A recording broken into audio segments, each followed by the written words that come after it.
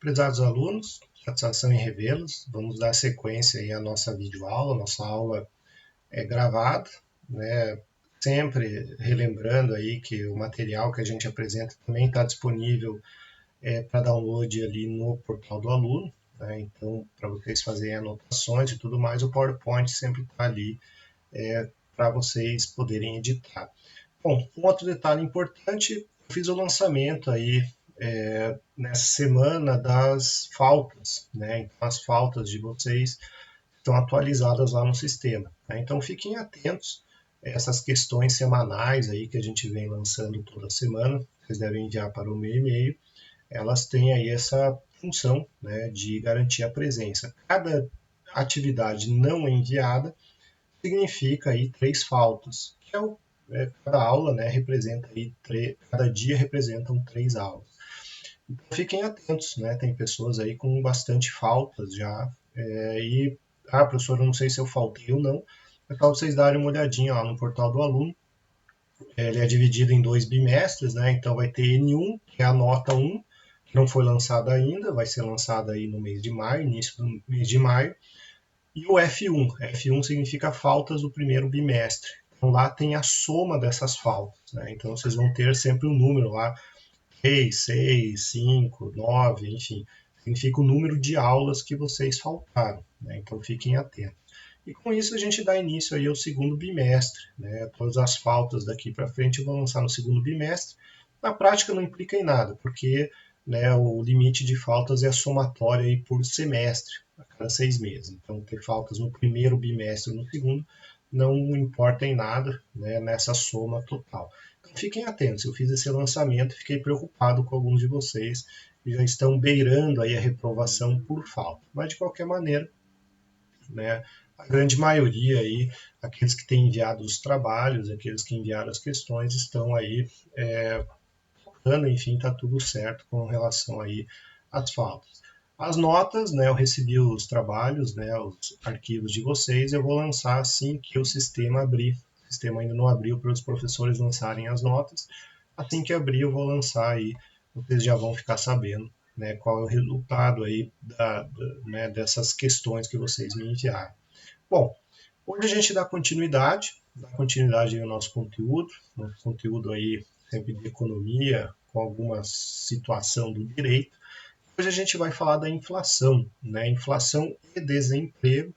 Desemprego este que infelizmente aí está crescendo no Brasil, na verdade no mundo, né? Essa questão da pandemia aí é um complicador econômico, muitas empresas estão demitindo pessoas, mas de qualquer maneira a gente vai fazer um vínculo aí e tentar, né, estabelecer alguns conceitos sobre inflação e a sua, né, influência aí na questão do desemprego. Mais uma análise aí dessa nossa política monetária, né, algo que a gente vem falando desde a aula passada, lembrando, né, que o Estado sempre atua aí com a política fiscal, que a gente já mencionou brevemente, a política monetária, e depois a gente ainda vem falar sobre a política cambial, né? Então fiquem atentos, a gente vai falar aí em cima dos slides, e lembrando, né, aí ao longo da apresentação a gente vai lançar também a questão semanal que vale aquela presença e a fração de nota, tem que ser enviada sempre até a quarta-feira da semana subsequente, né? Então, nesse caso, a quarta-feira da semana subsequente, semana que vem, é dia 13 de maio, né? Então, até 13 de maio, vocês precisam me mandar essa questão aí de forma individual para valer presença e fração de nota, como vocês já estão habituados. Vamos ver nos slides aí. Inflação e desemprego, né? A primeira informação que vocês precisam ficar atentos é que a inflação, né, não é causa necessária do desemprego e nem desemprego significa aí uma alteração direta na inflação. Não, são dois conceitos aí que a gente pegou dentro da economia que possuem uma certa correlação, tem aí uma influência um e outro, né, na questão do aquecimento ou desaquecimento da economia, mas eles não são, né, rigidamente aí vinculados. Não, inflação e desemprego é o tema da aula de hoje, né? Eles não são vinculados necessariamente, não é causa ou efeito do outro, né? Um pode ser reflexo do outro, um pode dar sinais para o outro, mas não é uma questão de causalidade aí direta, né? Então, vamos começar falando aí sobre a questão da inflação, né? A inflação, o que é a inflação? É o aumento dos preços na economia, né? Então, todo mundo sabe, todo mundo consome, né? E todo mundo vai ao mercado hoje em dia, e todo mundo sabe, né? Que os preços eles variam, né? Eles variam para cima ou para baixo, via de regra, né, e a gente é mais acostumado a ver um aumento, né, do preço das mercadorias, então a gente vê uma inflação aí que acaba sendo, né, elevando aí o preço, as coisas aí dentro, né, do nosso mundo capitalista. Mas pode abaixar, né? Então pode acontecer uma depreciação, né? E pode acontecer aí uma deflação, né? Uma redução do preço geral dos produtos. Vamos pegar um exemplo que a gente vê aí na pandemia, a questão da gasolina, né? A gasolina reduziu significativamente aí o preço. Então a inflação, via de regra, é o aumento dos preços, mas ela não é sempre negativa, ela não é sempre positiva, pode ocorrer aí a deflação, né, a redução dos preços também. Bom, essa inflação, né, ela é algo presente no dia a dia e muitos de vocês vivenciam ela, mas ela já foi muito pior, né? Já aconteceu na década de 90, por exemplo, da pessoa, o valor do capital dela, né, a hiperinflação, uma inflação descontrolada, uma inflação aí fora de controle, em que as pessoas recebiam o salário até dia 5 do mês, elas corriam no mercado e gastavam todo aquele salário, praticamente todo, porque até o final do mês o preço das mercadorias era muito maior, né? Às vezes até o dobro aí, conforme for o caso. Então a inflação, né, que hoje a gente vivencia, ela é bastante pequena, aliás, ela vem estabilizada há muitos anos já, mas é uma inflação, né, que nos últimos anos aí tem beirado a 3, 4%, né? Ou seja, é uma inflação controlada, uma inflação aí que significa, né, até um bom sinal, sinal de que a economia está crescendo, né? Então, quanto mais se cresce, maior é a demanda por produtos, né? Então, quando você tem uma demanda grande de produtos, automaticamente aí há uma, né, nessa lógica da teoria da demanda, né, quanto maior a demanda, menos o volume de produtos à disposição, os preços tendem a subir. Então a inflação isoladamente, uma inflação controlada e num patamar baixo, ela não é tão ruim assim, né? Então a gente sempre fala, a inflação é ruim. Não, ela muitas vezes pode representar aí um aquecimento da economia, né? Um bom sinal, né? Mas essa questão de quando é bom e quando é ruim é uma grande questão abstrata, né? A inflação ela pode ser boa para algum grupo de pessoas, por exemplo, investidores, né, que atuam no mercado de papéis, aí, mercado de capitais. A inflação ela é um índice de reajuste, por exemplo, de alguns títulos, né, de títulos financeiros, aí, alguns papéis. Então, uma inflação alta para esses investidores ela pode ser boa também, né? Então, a expressão inflação, muito embora ela cause repulsa, nem sempre ela é tão ruim assim. O grande problema da inflação é quando ela foge ao controle dos agentes financeiros, né, e do próprio Estado. Então, quando o Estado não consegue mais controlar a inflação, quando a inflação fica, né, de uma forma aí muito acelerada ou fora de qualquer patamar razoável, significa que as mudanças econômicas, né, promovidas aí tanto pelos agentes financeiros, quanto pelo Estado, quanto pelos, né, o Banco Central, por exemplo, não estão surtindo efeito, né? Ou seja, o governo não consegue conduzir a economia com eficácia, né? O governo não está conseguindo dirigir, né, a sua ordem econômica. Isso é um problema. Então, essa inflação fora de controle, ela apresenta aí algumas consequências, alguns problemas, né? O primeiro, o efeito aí sobre a distribuição da renda. O que acontece? Como a inflação é muito alta, a população de baixa renda que gasta, né, o seu dinheiro para consumo perde o poder de compra muito rapidamente, né? Ou é o exemplo lá da década de 90, em que você, assim que você recebia um dinheiro, você corria no mercado ou qualquer lugar e gastava todo ele, porque o preço do produto que você estava comprando, dali a uma semana ele poderia estar 20% mais caro, 30% mais caro, né? Então a pessoa perde aí, né, o poder de compra. Além de perder aí a distribuição de renda, né, um segundo efeito da inflação fora de controle é sobre a alocação de recursos. Né? Então, o que acontece? A inflação ela mexe com o preço, ela mexe aí com o quanto, né, se pode vender. Né? Então, cada dia o preço, né, o produto tem um preço diferente, o que torna impossível, né, você fazer um planejamento, você fazer aí é, uma indicação correta, né? Imagine você é um produtor, uma empresa, né? Então um dia um insumo custa 10, daqui a uma semana 15, daqui a duas 25, e aí, né? Qual que é o preço, né? Por quanto você poderá vender aquele produto? Então, a inflação muito alta, ela também tem esse problema para o empresário, né? O empresário não sabe quanto precificar o seu item, né? Então fica muito volátil, fica muito varia demais, né? Então nós temos o efeito sobre alocação de recursos, o efeito sobre balanço de pagamentos, né? Então os preços aí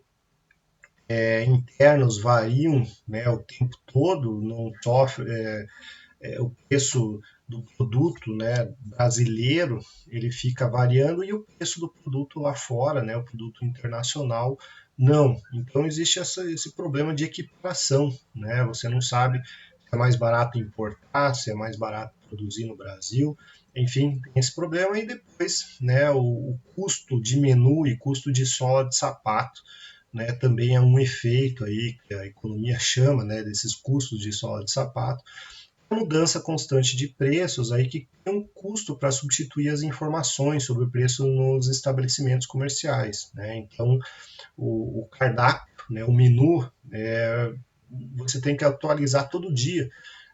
Quem viveu aí na década de 90 lembra, né, que era comum um batalhão de pessoas colocando etiquetas, né, nos produtos. Todo dia tinha que remarcar preço, todo dia. Né? Então era bastante aí presente essa figura, né, do precificador, né? Ele tinha uma maquininha com uma etiqueta e iam lá colando item a item o preço do produto, porque todo dia mudava, porque todo dia ficava mais caro. Então, essa inflação fora de controle tem essas peculiaridades aí a serem observadas. Bom, nesse quadro aqui, nesse gráfico, a gente tem aí uma síntese daquilo que a gente falou no slide anterior, trazendo aí os efeitos dessa inflação na economia. Né? Então, o que acontece? A primeira grupo afetado é a questão da distribuição de renda. Né? Então, as pessoas pobres perdem o poder de compra. Né? A outra implicância direta aí que a inflação tem na economia é a decisão de investimento. Né? Então, você não sabe se o teu investimento, se aquilo que você aplicou vai ter um retorno bom ou ruim, né? Então a inflação afeta a decisão de investimento. Também afeta o balanço de pagamentos, né? Então você não sabe aí a competitividade é prejudicada, você não sabe quanto, né, que o produto é capaz aí de comparar com o produto de fora, por exemplo.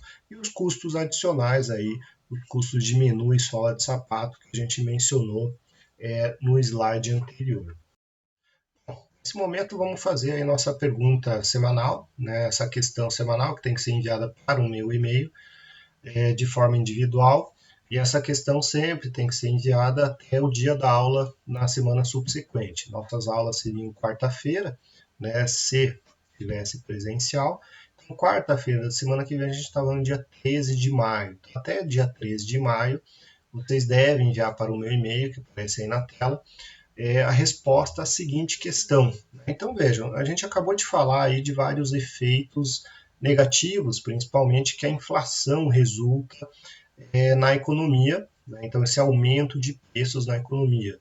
Mas vamos pegar um exemplo que está acontecendo agora, por exemplo, a redução do preço da gasolina. A redução do preço em geral ele causa a deflação, né? E aí a minha pergunta semanal para vocês eu gostaria que vocês citassem, né, dessem um exemplo de algo ruim que a deflação ocasiona, né? Então a parte boa, né, que é o consumo, fica mais barato, né, para a população, ok, a gente sabe. Agora, eu quero um exemplo de um efeito negativo que a deflação resulta aí para a economia brasileira. Então, essa é a pergunta, na verdade, é um exemplo que eu quero que vocês justifiquem, não é só citar, eu quero que vocês expliquem, é um exemplo negativo da deflação para a economia.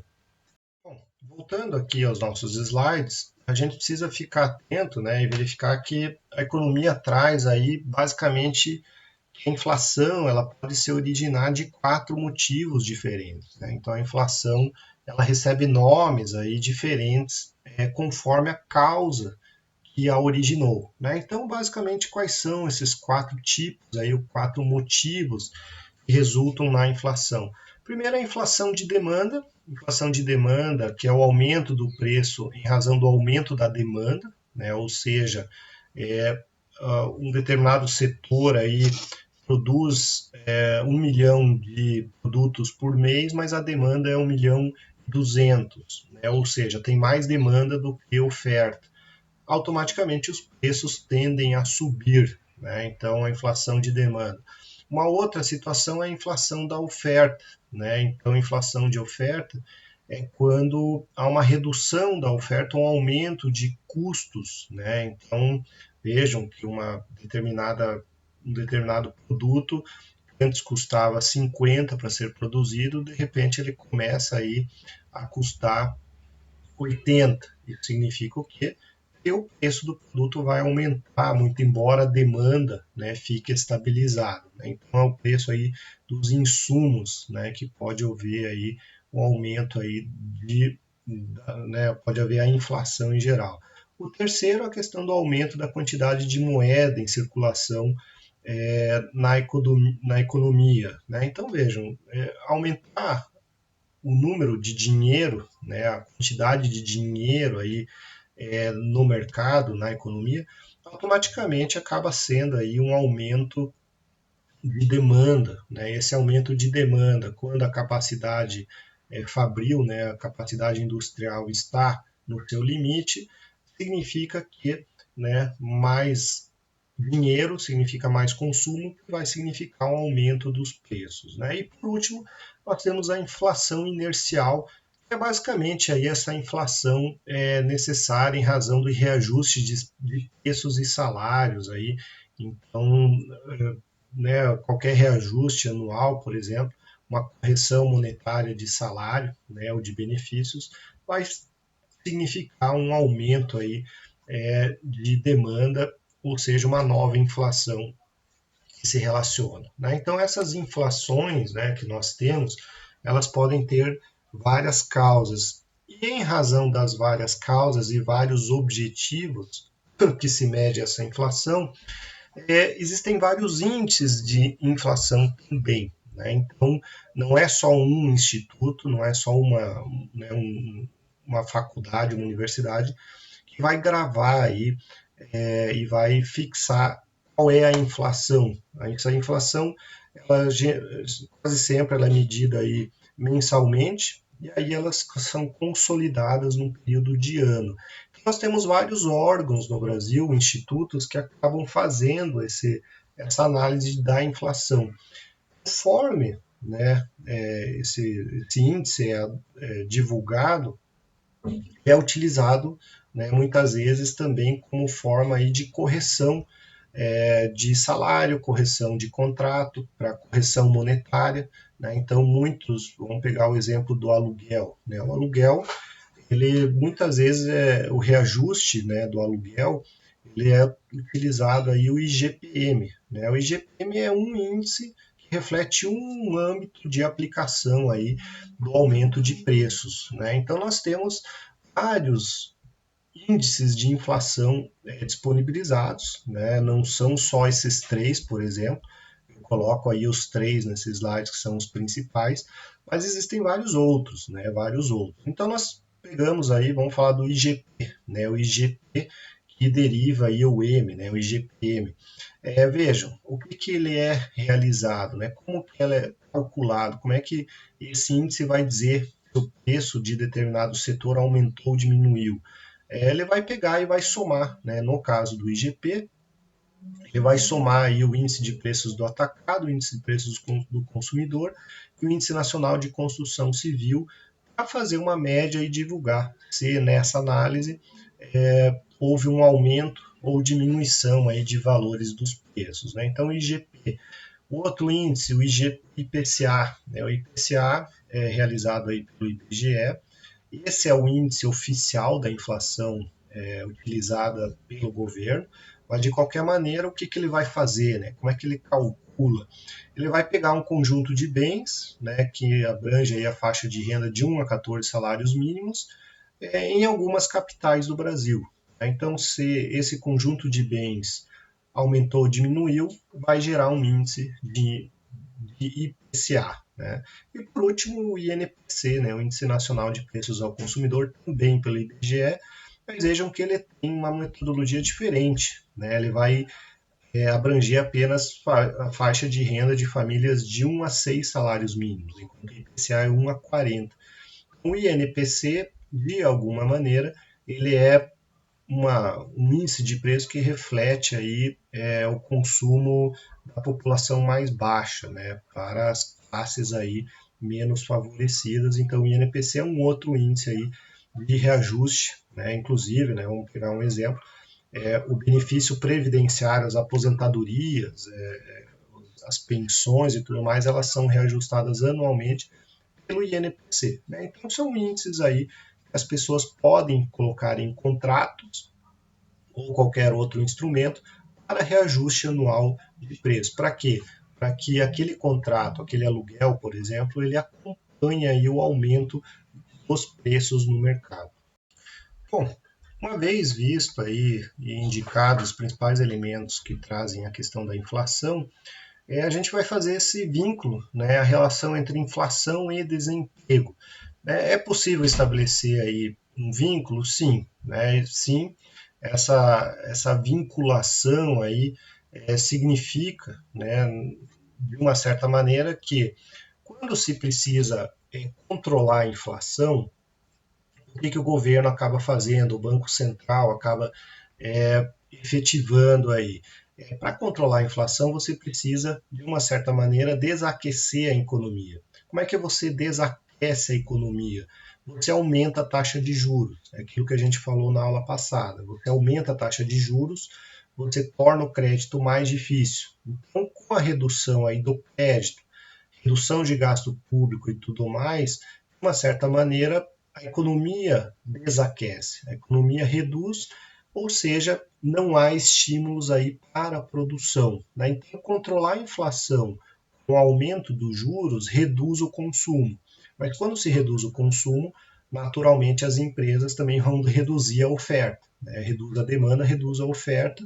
E reduzir a oferta significa produzir menos. Produzir menos significa mandar pessoas, né, demitir pessoas, reduzir o quadro de funcionários. Né? Então, existe uma relação da inflação com o desemprego? Existe, mas ela é direta, automática? Não. Né? Existe todo esse raciocínio aí para que chegue, né, na relação entre inflação e desemprego.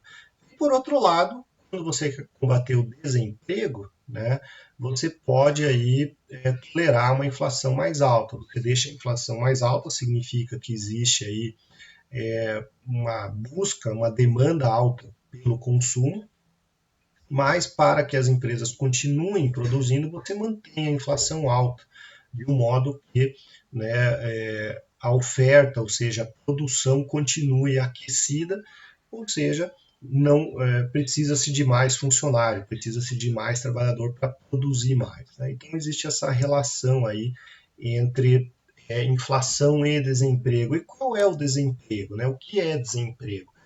Bom, infelizmente aí no Brasil nós temos aí nos últimos 10 anos, pelo menos, um índice que vem, né, estabelecendo pelo menos 12% aí da população, 12 milhões de desempregados, né? Então, está crescendo nesses últimos dias, né? A pandemia aí colocou um freio na economia, a produção caiu e muitos estão sendo demitidos, mas enfim, a tendência é crescer e depois, né, quando tudo voltar ao normal, se voltar ao normal, a ideia é que a coisa volte, né, e se estabilize. Mas nós temos no Brasil um problema já crônico, né, de muitos anos de desemprego. Só que o cálculo do desemprego, né, vejam, o desemprego ele pode ter uma ramificação, né? A palavra desemprego ela significa apenas um grupo de pessoas, né? Então o desemprego ela é realizado aí e considerado aquela pessoa que está buscando uma ocupação, um trabalho e não consegue. Só que ela leva em consideração vários fatores, né? Então, por exemplo, eu não posso considerar uma pessoa de 14 anos desempregada, né? Então, ou uma pessoa de 80 anos aposentada desempregada. Não. Então é preciso segregar aí é, qual o grupo de pessoas que vão compor esse cálculo. E aqui eu trouxe um esboço, né? Algo muito simplório, nada muito avançado, apenas para mencionar, né? O que se leva em consideração para esse cálculo do desemprego? Primeiro, qual é a população em idade ativa, né? Então, precisamos determinar qual o grupo de pessoas em idade, né? Então, excluem-se aí os abaixo de 10 anos. Além disso, eu preciso considerar somente aqueles que estão economicamente ativos, né? Então, porque eu tenho um contingente de pessoas no Brasil que estudam, tem aqueles que são deficientes, inválidos, e tem aqueles que optaram em não trabalhar, né? As donas de casa ou os donos de casa, né? Então, eu não posso considerar esse grupo de pessoas desempregados. Não, eu preciso excluir aí esse grupo de pessoas. Aí também a população ocupada, né? Então, a população que está empregada, a população desocupada, né? Então, a população desocupada ou desempregados, né? Então aí que tem, e aí em especificamente é a parte, né, que a gente pode considerar desempregados, são as pessoas sem trabalhos na semana da pesquisa, mas que gostariam e estão procurando trabalho. E aí nós temos a população desalentada, né? Aqueles que não está com emprego, não está conseguindo arranjar emprego, mas também não está mais procurando, né? De certa forma desistiu, resolveu aí ganhar a vida de outro modo que não por meio de um emprego. A população desempregada ou desempregado é esse que está aqui, né? A população desocupada. Aqui estão os desempregados, né? Pessoas sem trabalho, desde que estejam dentro desse grupo, né, população economicamente ativa. Excluem-se os desalentados e os não economicamente ativos, e aí sim chega-se, né, ao valor, a esse cálculo do desemprego que a gente vê divulgado na mídia aí todo mês. Né? Bom, essa relação de inflação e desemprego, né, voltamos aqui com um gráfico, né, que tenta resumir, né, aquilo que a gente falou há 2 slides atrás. Então vejo, né, nós temos aqui, primeiro, né, empresas contratam mais trabalhadores, trabalhadores com mais salários, a demanda é aquecida, empresas aumentam o preço.